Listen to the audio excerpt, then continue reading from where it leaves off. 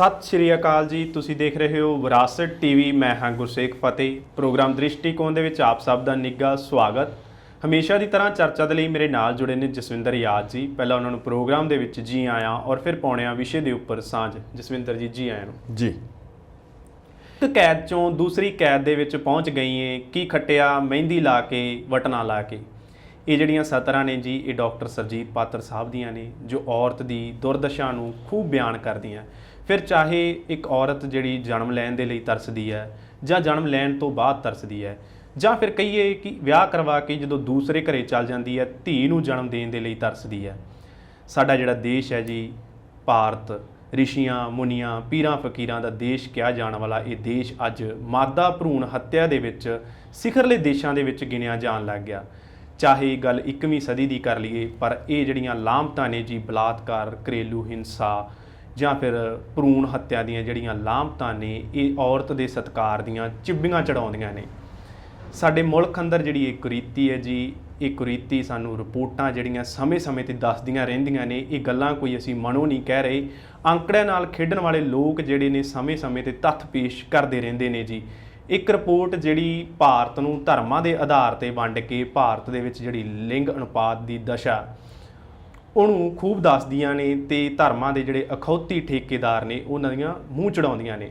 ਅੱਜ ਜਿਹੜੀ ਅਸੀਂ ਗੱਲਬਾਤ ਕਰਨੀ ਹੈ ਜੀ, ਇੱਕ ਰਿਪੋਰਟ ਆਧਾਰਿਤ ਗੱਲਬਾਤ ਕਰਨੀ ਹੈ, ਜਿਸ ਨੇ ਭਾਰਤ ਦੇ ਪ੍ਰਮੁੱਖ ਧਰਮਾਂ ਦੇ ਲਿੰਗ ਅਨੁਪਾਤ ਦੀ ਜਨਮ ਦਰ ਦੇ ਉੱਪਰ ਆਪਣੀ ਰਿਪੋਰਟ ਛਾਪੀ ਹੈ, ਅਤੇ ਇਹਦੇ ਸਭ ਬਾਰੇ ਜਾਣਕਾਰੀ ਆਪਾਂ ਲਵਾਂਗੇ ਜਸਵਿੰਦਰ ਯਾਦ ਜੀ ਤੋਂ। ਆਓ ਫਿਰ ਹੁਣ ਉਹਨਾਂ ਵੱਲ ਚੱਲਦੇ ਹਾਂ ਅਤੇ ਜਾਣਕਾਰੀ ਲੈਂਦੇ ਹਾਂ। ਜਸਵਿੰਦਰ ਜੀ, ਸ਼ੁਰੂ ਕਰੀਏ ਤਾਂ ਇਹ ਜਿਹੜੀ ਰਿਪੋਰਟ ਹੈ ਜੀ, ਇਹ ਕੀ ਕੁਛ ਦੱਸਦੀ ਹੈ? ਦੇਖੋ, ਜਿਸ ਤਰੀਕੇ ਦੇ ਨਾਲ ਤੁਸੀਂ ਭੂਮਿਕਾ ਵਿੱਚ ਹੀ ਕਹਿ ਦਿੱਤਾ ਹੈ ਜੀ ਕਿ ਭਾਰਤ ਰਿਸ਼ੀਆਂ ਮੁਨੀਆਂ ਪੀਰਾਂ ਪੈਗੰਬਰਾਂ ਗੁਰੂਆਂ ਪੀਰਾਂ ਦੀ ਧਰਤੀ, ਪਰ ਇਸ ਧਰਤੀ ਦੇ ਉੱਤੇ ਮਨੁੱਖਤਾ ਦਾ ਸਤਿਕਾਰ ਹਰ ਦਿਨ ਘਟਦਾ ਜਾਂਦਾ ਹੈ ਜੀ। ਮਨੁੱਖਤਾ ਵਿੱਚ ਚਾਹੇ ਅਸੀਂ ਕਿਸੇ ਦਾ ਸਰੀਰਕ ਸ਼ੋਸ਼ਣ ਦੀ ਗੱਲ ਕਰੀਏ, ਕਤਲੋ ਗੌਰਤ ਦੀ ਗੱਲ ਕਰੀਏ, ਬਲਾਤਕਾਰਾਂ ਦੀ ਗੱਲ ਕਰੀਏ, ਆਰਥਿਕ ਲੁੱਟ ਦੀ ਗੱਲ ਕਰੀਏ, ਨਸ਼ੇ 'ਚ ਜਾਣਬੁੱਝ ਕੇ ਧੱਕਣ ਦੀ ਗੱਲ ਕਰੀਏ, ਸਮੇਂ-ਸਮੇਂ ਉੱਤੇ ਅਸੀਂ ਉਹ ਰਿਪੋਰਟਾਂ ਤੁਹਾਡੇ ਨਾਲ ਸਾਂਝੀਆਂ ਕਰਦੇ ਹਾਂ ਜੋ ਖਜ਼ਾਰਥੀ, ਜੋ ਸੰਸਥਾਵਾਂ ਉਹਦੀ ਖੋਜ ਕਰਦੀਆਂ ਨੇ ਜੀ। ਅੱਜ ਅਸੀਂ ਜਿਹੜੀ ਰਿਪੋਰਟ 'ਤੇ ਤੁਹਾਡੇ ਨਾਲ ਸਾਂਝ ਪਾਉਣ ਦੇ ਲਈ ਇਕੱਠੇ ਹੋਏ ਹਾਂ, ਤੁਹਾਡੇ ਸਨਮੁਖ ਹੋਏ ਹਾਂ, ਰੂਬਰੂ ਹੋਏ ਹਾਂ, ਉਹ ਰਿਪੋਰਟ ਵੀ ਸੋਚਣ ਦੇ ਲਈ ਮਜਬੂਰ ਕਰਦੀ ਹੈ।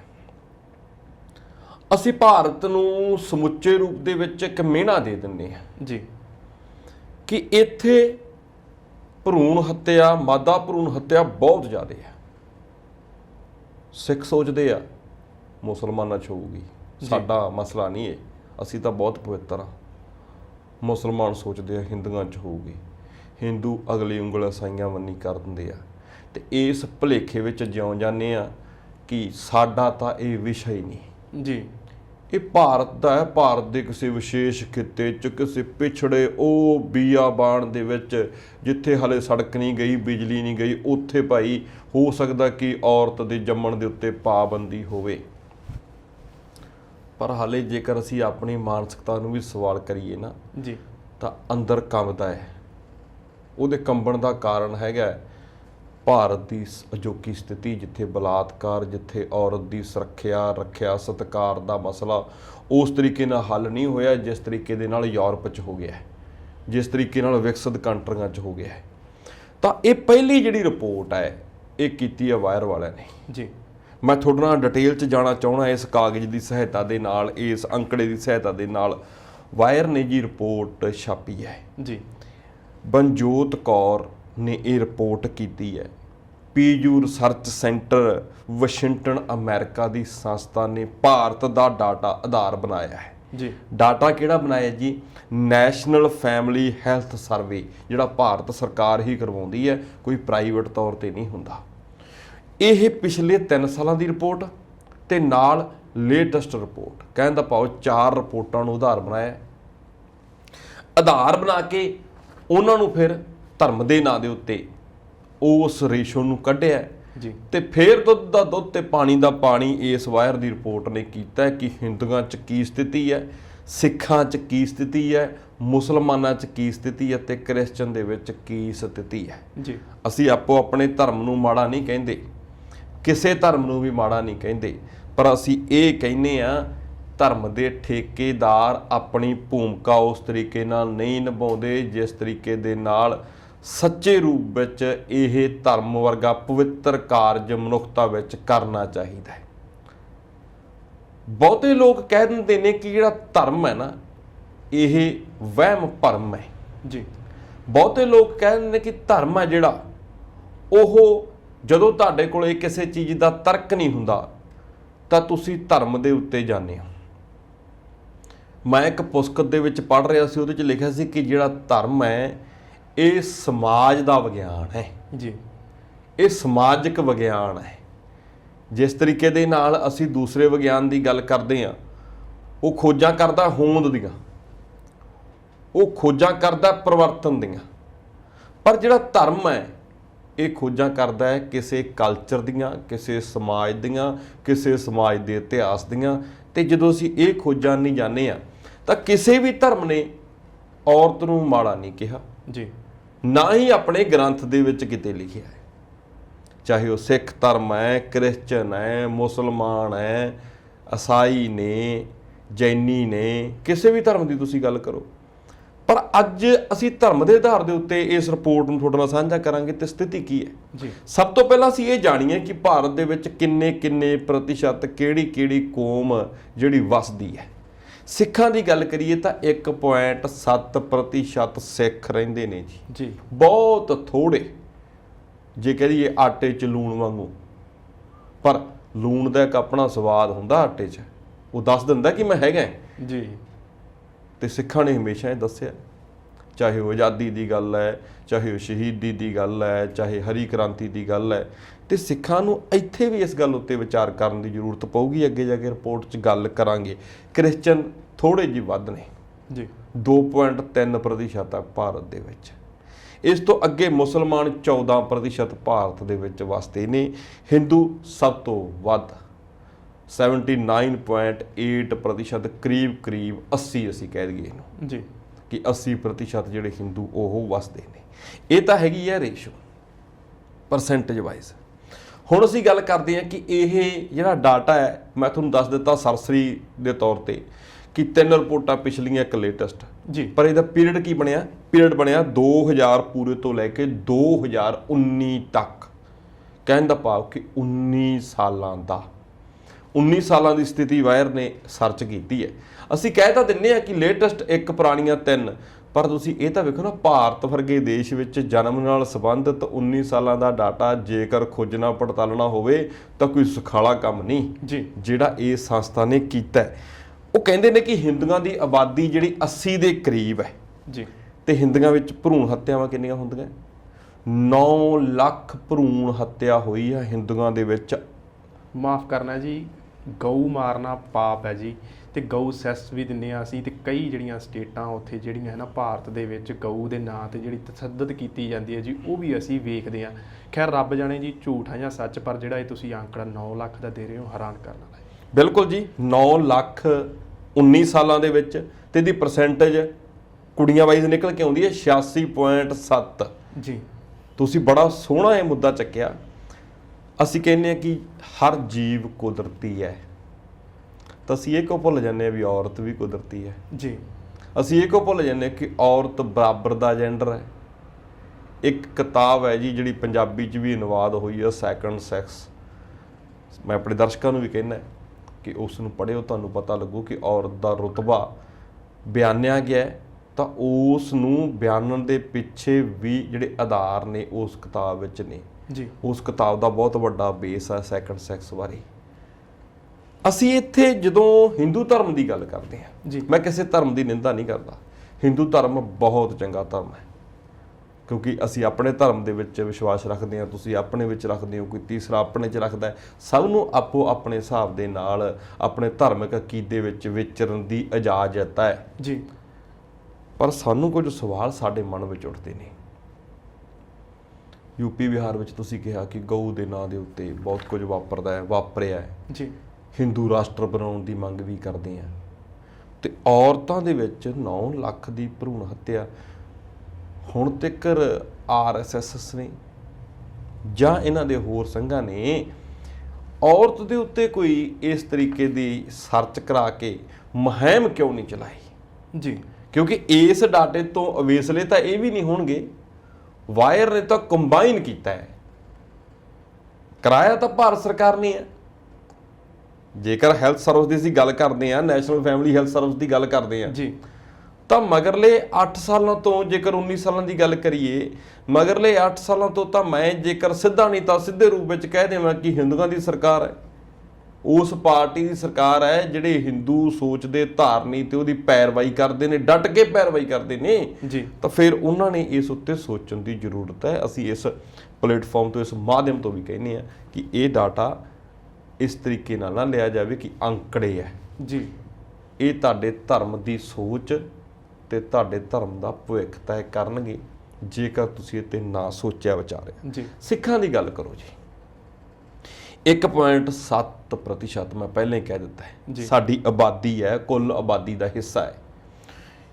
4,40,000 ਭਰੂਣ ਹੱਤਿਆਵਾਂ, ਪਰਸੈਂਟੇਜ ਸੁਣ ਲਓ ਜੀ, 4.9 ਬਣ ਗਈ ਜੀ। ਜਸਵਿੰਦਰ ਜੀ, ਅਸੀਂ ਨਾ ਬੜੇ ਮਾਣ ਨਾਲ ਕਹਿੰਦੇ ਆ ਕਿ ਅਸੀਂ 2% ਵਾਲੇ ਆ ਤੇ ਸਾਡੀਆਂ ਕੁਰਬਾਨੀਆਂ ਵਾਕਈ ਜੀ, ਸਾਡੀਆਂ ਕੁਰਬਾਨੀਆਂ ਮਾਣ ਵਾਲੀ ਗੱਲ ਵੀ ਹੈਗੀ ਹੈ। ਤੇ ਧਰਮ ਵੀ ਉਹ ਹੈ ਜੀ ਜਿਹੜਾ ਦਾ ਫਲਸਫਾ ਜਿਹੜਾ ਨਾ ਤਰਕ ਤੇ ਵਿਗਿਆਨ ਦੇ ਆਧਾਰ ਤੇ ਬਹੁਤ ਢੁਕਵਾਂ ਜੀ। ਤੇ ਗੁਰੂਆਂ ਦਾ ਜਿਹੜਾ ਜੀ ਸੰਦੇਸ਼ ਆ ਉਹ ਵੀ ਬਰਾਬਰਤਾ ਵਾਲਾ, ਤੇ ਫਿਰ ਕਮੀ ਕਿੱਥੇ ਰਹਿ ਗਈ ਜੀ? ਸਭ ਤੋਂ ਪਹਿਲਾਂ ਥੋੜਾ ਹੋਰ ਵਿਚਾਰੀਏ ਜੀ, ਫਿਰ ਤੁਹਾਡਾ ਬੜਾ ਵਧੀਆ ਸਵਾਲ ਆ, ਉੱਤੇ ਗੱਲ ਕਰਦੇ ਹਾਂ। ਅਸੀਂ ਹੈ ਕਿੰਨੇ? 1.7 ਜੀ। ਭਰੂਣ ਹੱਤਿਆ ਦਾ ਅੰਕੜਾ ਕੀ ਹੈ? 4,40,000।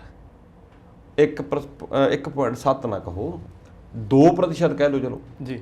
ਦੂਸਰੇ ਪਾਸੇ ਹਿੰਦੂਆਂ ਨੂੰ ਅਸੀਂ 80 ਕਹਿ ਲਓ। 80 ਵਾਲੇ 9 ਲੱਖ ਭਰੂਣ ਦੇ ਵਿੱਚ ਕਤਲ ਕਰਦੇ ਨੇ ਕੁੜੀ ਦਾ ਜੀ। 80 ਵਾਲੇ 9 ਕਰਦੇ ਨੇ, ਅਸੀਂ 2 ਵਾਲੇ ਉਹਨਾਂ ਦੇ 50 ਤੋਂ ਵੱਧ ਕਰੀ ਜਾਂਦੇ ਆ ਜੀ। ਅੱਧ ਤੋਂ ਪਾਰ ਹੋਏ ਬੈਠੇ ਆ। ਫੇਰ ਤਾਂ ਗਿਰਾਵਟ ਸਾਡੇ ਵਿੱਚ ਹਿੰਦੂ ਧਰਮ ਦੇ ਮੁਕਾਬਲੇ ਵੀ ਜ਼ਿਆਦਾ ਹੈ ਜੀ।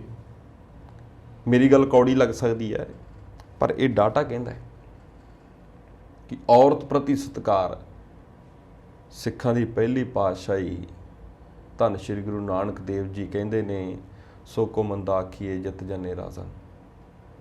ਸਾਡਾ ਤਾਂ ਸੰਦੇਸ਼ ਹੀ ਉੱਥੋਂ ਸ਼ੁਰੂ ਹੁੰਦਾ ਹੈ ਜੀ। ਬਰਾਬਰਤਾ ਤੋਂ, ਹੱਕ ਤੋਂ, ਜ਼ੁਲਮ ਨਾ ਕਰਨ ਤੋਂ, ਕੁਦਰਤ ਦਾ ਸਤਿਕਾਰ ਕਰਨ ਤੋਂ। ਬਿਲਹਾਰੇ ਕੁਦਰਤ ਵਸਿਆ ਫਿਰ ਅੰਤ ਨਾ ਜਾਏ ਲੱਗੇ। ਇਹ ਤਾਂ ਕਹਿੰਦੇ ਕੁਦਰਤ ਦਾ ਅੰਤ ਨਹੀਂ ਲਿਖਿਆ ਜਾਂਦਾ, ਤੇ ਅਸੀਂ ਕੁਦਰਤ ਦਾ ਅੰਤ ਆਪ ਲਿਖੀ ਜਾਂਦੇ ਹਾਂ ਕਿ ਔਰਤ ਦਾ ਅੰਤ ਅਸੀਂ ਆਪ ਲਿਖਾਂਗੇ ਜੀ। ਫਿਰ ਇਸ ਤਾਂ ਗੁਰਬਾਣੀ ਦੇ ਫਲਸਫੇ ਦੇ ਉਲਟ ਚੱਲਦੇ ਹਾਂ, ਉਲਟ ਵਹਿ ਰਹੇ ਹਾਂ। ਕਮੀ ਕਿੱਥੇ ਰਹਿ ਗਈ? ਤੁਹਾਡਾ ਸਵਾਲ। ਕਮੀ ਰਹਿ ਗਈ ਪ੍ਰਚਾਰ 'ਚ ਜੀ। ਕਮੀ ਰਹਿ ਗਈ ਜਾਗਰੂਕਤਾ ਵਿੱਚ। ਸ਼੍ਰੀ ਗੁਰੂ ਨਾਨਕ ਦੇਵ ਜੀ ਨੇ 4 ਉਦਾਸੀਆਂ ਕੀਤੀਆਂ, ਆਪਣੀ ਬਾਣੀ ਦੇ ਵਿੱਚ ਸੰਦੇਸ਼ ਜਿਹੜਾ ਦਿੱਤਾ। ਉਸ ਤੋਂ ਬਾਅਦ ਦੂਸਰੇ ਗੁਰੂ, ਤੀਸਰੇ ਗੁਰੂ, ਸਿੱਖਾਂ ਦੇ 10 ਗੁਰੂ ਤੇ ਧੰਨ ਸ਼੍ਰੀ ਗੁਰੂ ਗ੍ਰੰਥ ਸਾਹਿਬ ਜੀ, ਇਹ ਸਾਰਾ ਕੁਝ ਸਾਡੇ ਕੋਲ ਹੈ ਜੀ।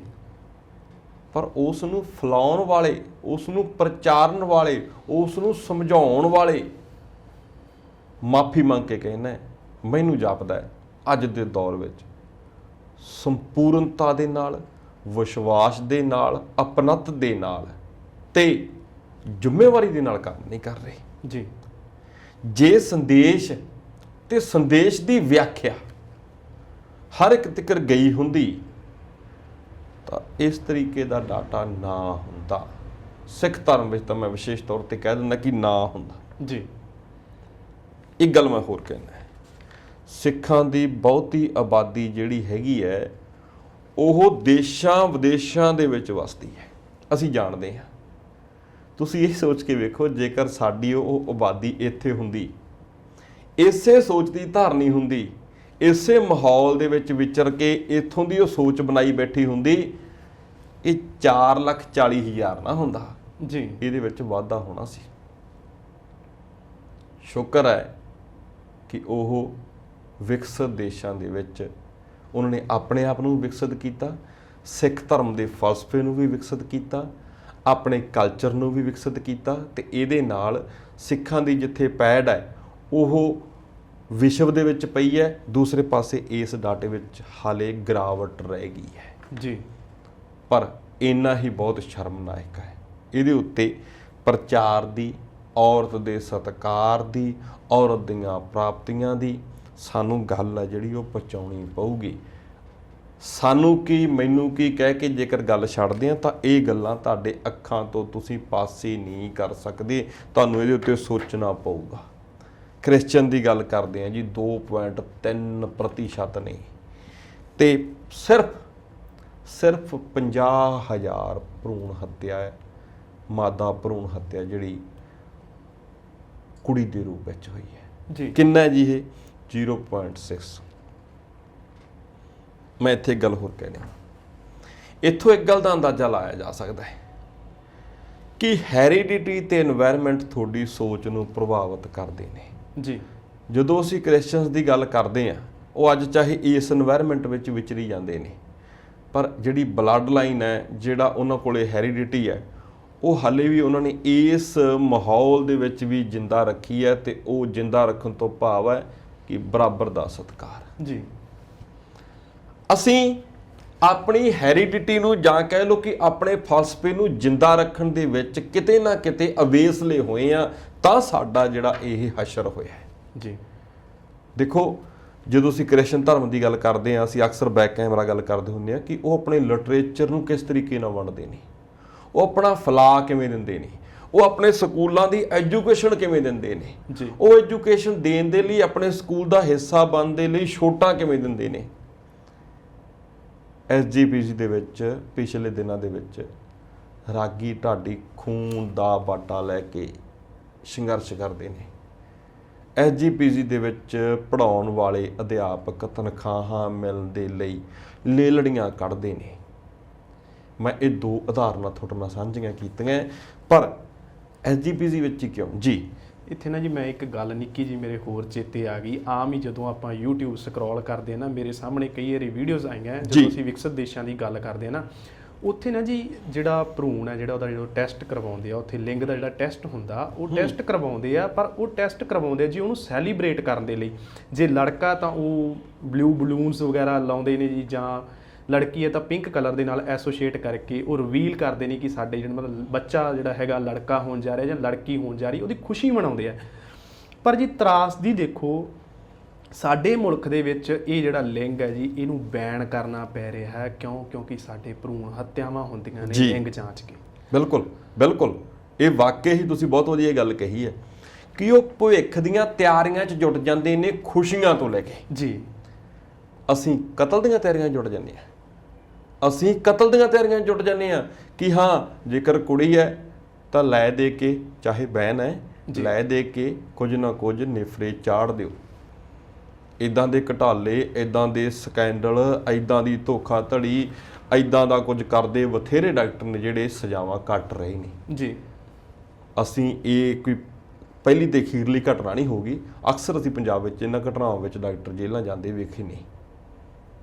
ਤਾਂ ਮੈਂ ਉੱਥੇ ਹੀ ਆਉਣਾ ਕਿ ਸਾਡੇ ਕੋਲੇ ਫਲਸਫਾ ਵੱਡਾ ਹੈ, ਪਰ ਅਸੀਂ ਫਲਸਫੇ ਨੂੰ ਫੈਲਾਉਣ ਦੇ ਵਿੱਚ ਨਾਕਾਮਯਾਬ ਰਹੇ ਹਾਂ, ਤੇ ਕ੍ਰਿਸਚਨ ਇਸ ਮੁਕਾਬਲੇ ਵਿੱਚ ਕਾਮਯਾਬ ਰਹੇ ਆ। ਚਾਹੇ ਉਹ ਇਸ ਬਗਾਨੀ ਧਰਤੀ, ਕਹਿਣ ਦਾ ਭਾਵ ਜਿੱਥੋਂ ਦੀ ਗਿਣਤੀ ਘੱਟ ਹੈ, ਬਗਾਨੀ ਧਰਤੀ ਤੇ ਬੈਠ ਕੇ ਵੀ ਆਪਣੇ ਫਲਸਫੇ ਨੂੰ ਉਹ ਬਿਹਤਰ ਤਰੀਕੇ ਦੇ ਨਾਲ ਫੈਲਾ ਰਹੇ ਨੇ ਜੀ। ਇਸ ਤੋਂ ਅੱਗੇ ਆਓ, ਮੁਸਲਮਾਨ ਜਿਹੜੇ 14% ਨੇ ਤੇ 5,90,000 ਪਰਸੈਂਟੇਜ 6.6 ਜੀ। ਹੁਣ ਸਾਰੇ ਦੇ ਸਾਰੇ ਦਾ ਜੇਕਰ ਅਸੀਂ ਵਿਸ਼ਲੇਸ਼ਣ ਕਰਨਾ ਹੋਵੇ, ਦੇਖੋ ਇਹ 14% ਨਹੀਂ, ਇਹ 5.90 ਤੇ ਖੜੇ ਨੇ ਜੀ, 6% ਤੇ ਖੜੇ ਨੇ। ਜਦੋਂ ਅਸੀਂ ਗੱਲ ਕਰਦੇ ਹਾਂ ਸਿੱਖਾਂ ਦੀ, ਇਹ ਹੈ ਤਾਂ 2%, ਪਰ ਇਹਨਾਂ ਵਿੱਚ ਭਰੂਣ ਹੱਤਿਆ ਦੀ ਜਿਹੜੀ ਪਰਸੈਂਟੇਜ ਆ ਉਹ ਸਭ ਤੋਂ ਵੱਧ ਜੀ। ਤਾਂ ਇਹ ਤਾਂ ਫਿਰ ਸੋਚਣ ਵਾਲੀਆਂ ਗੱਲਾਂ ਨੇ ਸਿੱਖ ਧਰਮ ਦੇ ਲਈ ਕਿ ਉਹ ਕਿੱਥੇ ਜਾ ਕੇ ਖੜਦੇ ਨੇ। ਇਹਦੇ ਵਿੱਚ ਮੈਂ ਕਹਿੰਦਾ ਸਮਾਜ ਸੇਵੀ ਸੰਸਥਾ ਨੂੰ, ਸਿੱਖ ਧਰਮ ਦੀਆਂ ਸਮਾਜ ਸੇਵੀ ਜਥੇਬੰਦੀਆਂ ਨੂੰ, ਮਾਣਯੋਗ ਸਾਡੀ ਆਪਣੀ ਸੰਸਥਾ ਸ਼੍ਰੋਮਣੀ ਗੁਰਦੁਆਰਾ ਪ੍ਰਬੰਧਕ ਕਮੇਟੀ ਨੂੰ, ਕੀਰਤਨੀ ਜਥਿਆਂ ਨੂੰ, ਪ੍ਰਚਾਰਕਾਂ ਨੂੰ, ਮੂਹਰੇ ਲਾ ਕੇ ਧਰਮ ਨਾਲ ਜੁੜੀ ਹੋਈ ਖੇਤਰੀ ਪਾਰਟੀ ਨੂੰ ਆਪਣੀ ਭੂਮਿਕਾ ਸਿਆਸਤ ਛੱਡ ਕੇ ਇਹਦੇ ਤੇ ਨਿਭਾਉਣ ਦੀ ਜ਼ਰੂਰਤ ਹੈ ਜੀ। ਫਿਰ ਜਾ ਕੇ ਜਿਹੜੇ ਇਹ ਮਸਲੇ ਨੇ ਉਹ ਹੱਲ ਹੋ ਸਕਦੇ ਜੀ ਬਿਲਕੁਲ ਜਸਵਿੰਦਰ ਜੀ, ਜਿੰਨਾ ਚਿਰ ਜ਼ਿੰਮੇਵਾਰੀ ਨਾਲ ਇਸ ਦੇ ਉੱਪਰ ਕੰਮ ਨਹੀਂ ਨਾ ਹੋਊਗਾ, ਇਹ ਅੰਕੜੇ ਮੇਰੇ ਖਿਆਲ ਨਾਲ ਘਟਣ ਦੀ ਬਜਾਏ ਵੱਧ ਸਕਦੇ ਨੇ ਜੀ। ਜਿਹੜੀ ਸਾਡੇ ਲਈ ਬਹੁਤ ਵੱਡੀ ਗੱਲ ਹੋਊਗੀ ਤੇ ਹੈ ਵੀ ਜੀ। ਹੁਣ ਵੀ ਸ਼ਰਮਨਾਕ ਗੱਲ ਇਹ ਹੈ। ਅੱਗੇ ਗੱਲ ਕਰੀਏ ਤਾਂ ਜੀ SRS ਦੇ ਜਿਹੜੇ ਅੰਕੜੇ ਨੇ ਜੀ, ਇਹ ਲਿੰਗ ਅਨੁਪਾਤ ਬਾਰੇ ਕੀ ਦੱਸਦੇ ਨੇ? ਦੇਖੋ SRS ਦੇ ਜਿਹੜੇ ਅੰਕੜੇ ਨੇ ਉਹ ਵੀ ਪੰਜਾਬ ਨੂੰ ਸ਼ਰਮਸਾਰ ਕਰਦੇ ਨੇ ਜੀ। ਹੁਣ ਜਦੋਂ ਪੰਜਾਬ ਦਾ ਨਾਂ ਲੈਂਦੇ ਆ ਤਾਂ ਉੱਥੇ ਭੁੱਲ ਜਾ ਕਰੋ ਕਿ ਅਸੀਂ ਸਿੱਖਾਂ ਦੀ ਗੱਲ ਕਰਦੇ ਹਾਂ। ਹਰ ਉਹ ਪੰਜਾਬੀ ਕਿਸੇ ਵੀ ਧਰਮ, ਜਾਤ, ਮਜ਼ਹਬ ਨਾਲ ਸੰਬੰਧ ਰੱਖਦਾ ਹੈ, ਪਰ ਉਹ ਪੰਜਾਬ ਦੇ ਖਿੱਤੇ ਦਾ ਵਸਨੀਕ ਹੈ। ਇੱਥੇ ਅਸੀਂ ਸਟੇਟ ਦੀ ਗੱਲ ਕਰ ਰਹੇ ਹਾਂ ਜੀ। ਸਭ ਤੋਂ ਪਹਿਲਾਂ ਭਾਰਤ ਦੀ ਗੱਲ ਕਰੀਏ ਤਾਂ 1000 ਮੁੰਡੇ ਪਿੱਛੇ 940 ਕੁੜੀਆਂ ਨੇ ਜੀ। ਤੇ ਜੇਕਰ ਅਸੀਂ ਗੱਲ ਕਰਦੇ ਹਾਂ ਪੰਜਾਬ ਦੀ ਤਾਂ 1000 ਮੁੰਡੇ ਪਿੱਛੇ 895 ਕੁੜੀਆਂ ਨੇ ਜੀ। ਅਸੀਂ ਭਾਰਤ ਵਿੱਚ ਰਹਿੰਦੇ ਹੋਏ ਵੀ ਭਾਰਤ ਦੇ ਅਨੁਪਾਤ ਦੇ ਨਾਲੋਂ ਪਿੱਛੇ ਆ। ਕਹਿਣ ਦਾ ਭਾਵ ਕਿ ਇਸ ਐਂਗਲ ਤੋਂ ਵੀ ਪੰਜਾਬ ਜੇ ਪੂਰੇ ਨੂੰ ਦੇਖ ਲਈਏ ਕੌਮਾਂ ਤੋਂ ਵੱਖਰਾ ਕਰਕੇ ਸਟੇਟ ਦੇ ਰੂਪ ਵਿੱਚ, ਤਾਂ ਪੰਜਾਬ ਜਿਹੜਾ ਹੈਗਾ ਉਹਦੇ ਲਈ ਸ਼ਰਮ ਦੀ ਗੱਲ ਹੈ ਕਿ ਇੱਥੇ ਕੁੜੀਆਂ ਦਾ ਅਨੁਪਾਤ ਮੁੰਡਿਆਂ ਦੇ ਮੁਕਾਬਲੇ ਘੱਟ ਹੈ ਜੀ। ਕੁਦਰਤੀ ਘੱਟ ਹੋਵੇ ਤਾਂ ਅਸੀਂ ਇਸ ਨੂੰ ਸਮਝ ਸਕਦੇ ਹਾਂ, ਮੰਨ ਸਕਦੇ ਹਾਂ, ਪਰ ਉੱਪਰਲੀ ਰਿਪੋਰਟ ਕਹਿੰਦੀ ਹੈ ਕੁਦਰਤੀ ਨਹੀਂ ਜੀ। ਉਹ ਦੱਸਦੀ ਕਿ ਕੁਦਰਤੀ ਨਹੀਂ। ਤਾਂ ਕਰਕੇ ਅਸੀਂ ਨੂੰ ਇਹ ਗੱਲ ਕਹਿੰਦੇ ਹਾਂ ਕਿ ਸ਼ਰਮਸਾਰ ਕਰਦੀ ਇਹ ਗੱਲ। ਹਰਿਆਣੇ ਦੀ ਗੱਲ ਕਰੀਏ ਤਾਂ ਉਹ ਸਾਡੇ ਨਾਲੋਂ ਬਿਹਤਰ ਹੈ, ਚਾਹੇ ਬਹੁਤਾ ਨਹੀਂ ਪਰ ਬਿਹਤਰ ਹੈ। 1000 ਮਗਰ 900 ਦੀ ਗਿਣਤੀ ਜਿਹੜੀ ਨਿਕਲ ਕੇ ਸਾਹਮਣੇ ਆਉਂਦੀ ਹੈ। ਥੋੜੀ ਜੀ ਗੱਲ ਮੈਂ ਅਮਰੀਕਾ ਦੀ ਕਰਾਂ ਜੀ। ਅਮਰੀਕਾ ਦੇ ਵਿੱਚ ਵੀ ਸਿੱਖ ਭਾਈਚਾਰਾ ਰਹਿੰਦਾ ਹੈ। ਉੱਥੇ ਦੇਖੋ ਜੀ ਤੁਸੀਂ 100 ਕੁੜੀ ਪਿੱਛੇ 101 ਮੁੰਡਾ, ਮੈਂ ਇਸ ਨੂੰ ਬਰਾਬਰ ਮੰਨਦਾ ਜੀ। 101 ਜਾਂ 999, ਠੀਕ ਹੈ, ਡਾਟੇ ਵਿੱਚ ਅੱਗੇ ਪਿੱਛੇ ਬੋਲਦੇ ਨੇ, ਪਰ ਜੇ ਤੁਸੀਂ ਸਰਸਰਾ ਵੇਖਦੇ ਹੋ ਤਾਂ ਸਰਸਰਾ ਵੇਖਣ ਦੇ ਵਿੱਚ ਗੱਲ ਬੜੀ ਕਲੀਅਰ ਹੈ ਕਿ ਉੱਥੇ ਜਾ ਕੇ ਸਿੱਖ ਭਾਈਚਾਰੇ ਨੇ ਇਸ ਐਨਵਾਇਰਨਮੈਂਟ ਤੋਂ ਵੱਖਰਾ ਜਿਹੜਾ ਗੁਰੂਆਂ ਦੇ ਫਲਸਫੇ ਦੇ ਅਨੁਸਾਰ ਆਪਣਾ ਸਿਰਜਣਾ ਜਾਂ ਕਹਿ ਲਈਏ ਕਿ ਆਪਣੀ ਸਮਝ ਦੇ ਅਨੁਸਾਰ ਆਪਣੀ ਕੌਮ ਦਾ ਭਵਿੱਖ ਸਿਰਜੀ ਬੈਠੇ ਨੇ ਜੀ। ਜਸਵਿੰਦਰ ਜੀ, ਜਦੋਂ ਕਿਤੇ ਅਸੀਂ ਕਿਸੇ ਡਾਕਟਰ ਦੇ ਹਸਪਤਾਲ 'ਚ ਜਾਂਦੇ ਆ ਜਾਂ ਫਿਰ ਅਸੀਂ ਕਿਸੇ ਲੈਬੋਰਟਰੀ 'ਚ ਟੈਸਟ ਕਰਵਾਉਣ ਜਾਂਦੇ ਆ ਨਾ ਜੀ, ਉਹਦੇ ਪ੍ਰਵੇਸ਼ ਦੁਆਰ ਦੇ ਉੱਤੇ ਇੱਕ ਵੱਡੇ ਸਾਰੀ ਚੇਤਾਵਨੀ ਜੀ ਲਿਖੀ ਹੁੰਦੀ ਹੈ ਕਿ ਇੱਥੇ ਭਰੂਣ ਟੈਸਟ ਨਹੀਂ ਕੀਤਾ ਜਾਂਦਾ ਤੇ ਇਹ ਗੈਰ ਕਾਨੂੰਨੀ ਹੈ ਜੀ। ਤੇ ਅਸੀਂ ਤਾਂ ਜੀ ਇੰਨੇ ਕੁ ਪੜ੍ਹ ਲਿਖ ਗਏ ਆ ਕਿ ਪੜ੍ਹ ਕੇ ਵਿਦੇਸ਼ਾਂ ਨੂੰ ਵੀ ਜਾਈ ਜਾਂਦੇ ਆ ਜੀ। ਕੀ ਗੱਲ ਉਹ ਸਾਡੇ ਤੋਂ ਬੋਰਡ ਪੜ੍ਹਿਆ ਨਹੀਂ ਜਾਂਦਾ ਜਾਂ ਅਸੀਂ ਉਹਦੇ ਕੁਝ ਅਰਥ ਜਾਂ ਮਾਇਨੇ ਹੋਰ ਸਮਝ ਲੈਂਦੇ ਆ? ਜੇ ਤਾਂ ਅਸੀਂ ਅੰਦਰ ਬੈਠੇ ਹੋਏ ਡਾਕਟਰਾਂ ਨੂੰ ਵੇਖਦੇ ਹਾਂ ਜੀ, ਸਾਰਿਆਂ ਨੂੰ ਨਹੀਂ ਕਹਿੰਦਾ ਮੈਂ, ਤਾਂ ਮੈਨੂੰ ਲੱਗਦਾ ਹੈ ਕਿ ਉਹ ਬੋਰਡ ਡਾਇਰੈਕਟ ਨਹੀਂ ਅਨਡਾਇਰੈਕਟ ਵੇ ਦੇ ਨਾਲ ਕਹਿੰਦਾ ਹੁੰਦਾ ਹੈ ਕਿ ਸਾਰੇ ਮਸਲਿਆਂ ਦਾ ਹੱਲ ਅਸੀਂ ਕਰਦੇ ਹਾਂ ਜੀ। ਜੇਕਰ ਅਸੀਂ ਵੇਖੀਏ ਕਿ ਸਰਕਾਰ ਦੀ ਹਦਾਇਤ ਹੈ ਤਾਂ ਫਿਰ ਕਹਿ ਸਕਦੇ ਹਾਂ ਕਿ ਅਸੀਂ ਉਸ ਬੋਰਡ ਨੂੰ ਪੜ੍ਹਦੇ ਹਾਂ ਪਰ ਮੰਨਦੇ ਨਹੀਂ। ਕਿਸੇ ਨਾ ਕਿਸੇ ਤਰੀਕੇ ਦਾ ਹੱਥ ਕੰਡਾ ਅਪਣਾਉਣੇ ਆ ਤੇ ਕੋਸ਼ਿਸ਼ ਕਰਦੇ ਹਾਂ ਕਿ ਘਰ ਦੇ ਵਿੱਚ ਮੁੰਡਾ ਹੀ ਜਨਮ ਲਵੇ ਜੀ। ਪਰ ਤੁਹਾਨੂੰ ਮੈਂ ਹੈਰਾਨ ਕਰਨ ਵਾਲੀ ਗੱਲ ਦੱਸਦਾ। ਪਿੱਛੇ ਜੇ ਇੱਕ ਰਿਪੋਰਟ ਆਈ ਸੀ, ਮੈਂ ਸੋਸ਼ਲ ਐਂਡ ਵੈਲਫੇਅਰ ਡਿਪਾਰਟਮੈਂਟ ਦੇ ਵਿੱਚ ਇੱਕ ਲੈਕਚਰ ਦਿੱਤਾ ਸੀ ਜੀ। ਉਸ ਲੈਕਚਰ ਦੇ ਵਿੱਚ ਵੀ ਮੈਂ ਇਸ ਅੰਕੜੇ ਨੂੰ ਰੱਖਿਆ ਸੀ, ਬੋਲਿਆ ਸੀ, ਕੁਝ ਵੀ ਕਹਿ ਲਓ, ਕਿ ਪਿਛੜੇ ਇਲਾਕੇ ਦੇ ਮੁਕਾਬਲੇ ਸ਼ਹਿਰੀ ਇਲਾਕਿਆਂ ਦੇ ਵਿੱਚ ਭਰੂਣ ਹੱਤਿਆਵਾਂ ਵੱਧ ਨੇ ਜੀ। ਹਾਲਾਂਕਿ ਮੈਂ ਮਾਲਵੇ ਨੂੰ ਪਿਛੜਾ ਨਹੀਂ ਕਹਿੰਦਾ, ਮੈਂ ਕਿਸੇ ਨੂੰ ਵੀ ਪਿਛੜਿਆ ਨਹੀਂ ਕਹਿੰਦਾ। ਹਰੇਕ ਦੇ ਜਿਉਣ ਦੇ ਤੌਰ ਤਰੀਕੇ ਹੁੰਦੇ ਨੇ, ਉਹ ਆਪਣੇ ਹਿਸਾਬ ਦੇ ਨਾਲ 100% ਹੀ ਦੇ ਰਿਹਾ ਹੁੰਦਾ, ਕਰ ਰਿਹਾ ਹੁੰਦਾ ਜੀ। ਪਰ ਜੇਕਰ ਅਸੀਂ ਮੰਨ ਵੀ ਲਈਏ ਜਿਸ ਤਰੀਕੇ ਨਾਲ ਮਾਲਵੇ ਨੂੰ, ਖਾਸ ਕਰਕੇ ਮਾਲਵੇ ਦੀ ਉਸ ਬੈਲਟ ਨੂੰ ਜਿਹੜੀ ਹਰਿਆਣੇ ਤੇ ਰਾਜਸਥਾਨ ਦੇ ਨਾਲ ਲੱਗਦੀ ਹੈ, ਉਹਦੀ ਜੇਕਰ ਗੱਲ ਕਰੀਏ ਤਾਂ ਕਹਿੰਦੇ ਚੰਡੀਗੜ੍ਹ ਦੇ ਵਿੱਚ ਭਰੂਣ ਹੱਤਿਆ ਜ਼ਿਆਦਾ ਹੈ ਪੰਜਾਬ ਦੇ ਮਾਨਸਾ, ਪੰਜਾਬ ਦੇ ਮੁਕਤਸਰ ਜਾਂ ਕਹਿ ਲਈਏ ਕਿ ਪੰਜਾਬ ਦੇ ਬਾਰਡਰ ਵਾਲੇ ਜ਼ਿਲ੍ਹਿਆਂ ਦੇ ਮੁਕਾਬਲੇ। ਹੁਣ ਤੁਸੀਂ ਕੀ ਮੰਨੋਗੇ ਕਿ ਅਨਪੜ੍ਹ ਲੋਕਾਂ ਦੇ ਵਿੱਚ ਔਰਤਾਂ ਪ੍ਰਤੀ ਘਿਰਣ ਹੈ ਕਿ ਪੜ੍ਹੇ ਲਿਖਿਆਂ ਦੇ ਵਿੱਚ ਔਰਤਾਂ ਪ੍ਰਤੀ ਘਿਰਣ ਹੈ? ਜੀ। ਮੈਨੂੰ ਇਹ ਗੱਲ ਇਸ ਤਰੀਕੇ ਨਾਲ ਜਾਪਦੀ ਹੈ ਕਿ ਹੁਣ ਕੁੜੀ ਤੇ ਮੁੰਡੇ ਨੂੰ ਜੰਮਣ ਤੇ ਪਾਲਣ ਦੇ ਪਿੱਛੇ ਨੱਕ ਤੇ ਅਣਖ ਨਹੀਂ ਰਹੀ। ਜੀ। ਪੁਰਾਣੇ ਸਮੇਂ ਦੇ ਵਿੱਚ ਜਦੋਂ ਛੋਟੀ ਸੋਚ ਹੁੰਦੀ ਸੀ, ਛੋਟੀ ਤੋਂ ਭਾਵ ਹੈ ਕਿ ਜਦੋਂ ਅਸੀਂ ਇੰਨੇ ਵਿਕਸਿਤ ਨਹੀਂ ਸੀ, ਉਦੋਂ ਮੁੰਡੇ ਦਾ ਜੰਮਣਾ ਕੁੱਲ ਦਾ ਵਧਣਾ ਮੰਨਿਆ ਜਾਂਦਾ ਸੀ ਜੀ, ਤੇ ਕੁੜੀ ਦਾ ਜੰਮਣਾ ਕੁੱਲ ਦਾ ਖੜਨਾ ਮੰਨਿਆ ਜਾਂਦਾ ਸੀ।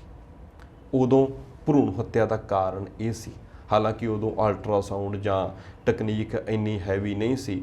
ਇਹ ਜਿਹੜੇ ਕਤਲ ਸੀ ਉਹ ਜਨਮ ਤੋਂ ਬਾਅਦ ਕੀਤੇ ਜਾਂਦੇ ਸੀ ਕਿ ਬੱਚੀ ਨੂੰ ਚੱਕੋ ਜਾਂ ਤਾਂ ਉਹਨੂੰ ਝਾੜਾਂ ਵਿੱਚ ਸਿੱਟ ਦਿਓ, ਨਹਿਰ 'ਚ ਸਿੱਟ ਦਿਓ ਜਾਂ ਉਹਨੂੰ ਟੋਆ ਪੱਟ ਕੇ ਨੱਪ ਦਿਓ। ਜੀ, ਇਹ ਗੱਲ ਉਦੋਂ ਮੰਨਣ 'ਚ ਆਉਂਦੀ ਸੀ ਕਿ ਤੁਹਾਡੇ ਕੋਲੇ ਸਮਝ ਦੀ ਘਾਟ ਹੈ।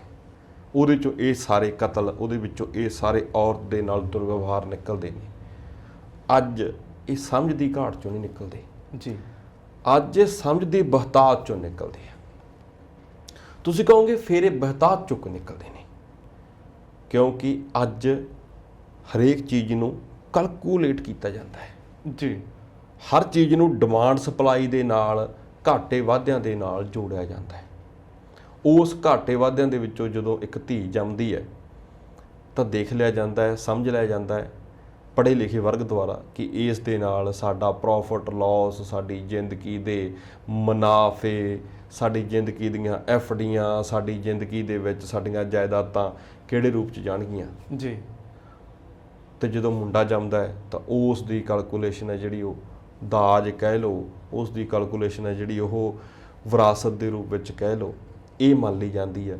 ਮੇਰੇ ਖਿਆਲ ਦੇ ਨਾਲ ਪੜ੍ਹੇ ਲਿਖੇ ਤਬਕੇ ਦੇ ਵਿੱਚ ਇਸ ਜੋੜ ਘਟਾਓ ਨੇ ਅਨਪੜ੍ਹ ਤਬਕੇ ਜਾਂ ਪਿੱਛੇ ਰਹਿ ਗਏ ਤਬਕੇ ਦੇ ਮੁਕਾਬਲੇ ਤਾਂ ਕਰਕੇ ਇਹ ਜਿਹੜੀ ਭਰੂਣ ਹੱਤਿਆ ਹੈ ਉਹ ਵੱਡੇ ਸ਼ਹਿਰਾਂ ਦੇ ਵਿੱਚ ਪੜ੍ਹੇ ਲਿਖੇ ਲੋਕਾਂ ਦੇ ਵਿੱਚ ਵਧੀ ਹੈ ਕਿਉਂਕਿ ਉਹ ਜੋੜ ਘਟਾਓ ਕਰਦੇ ਨੇ।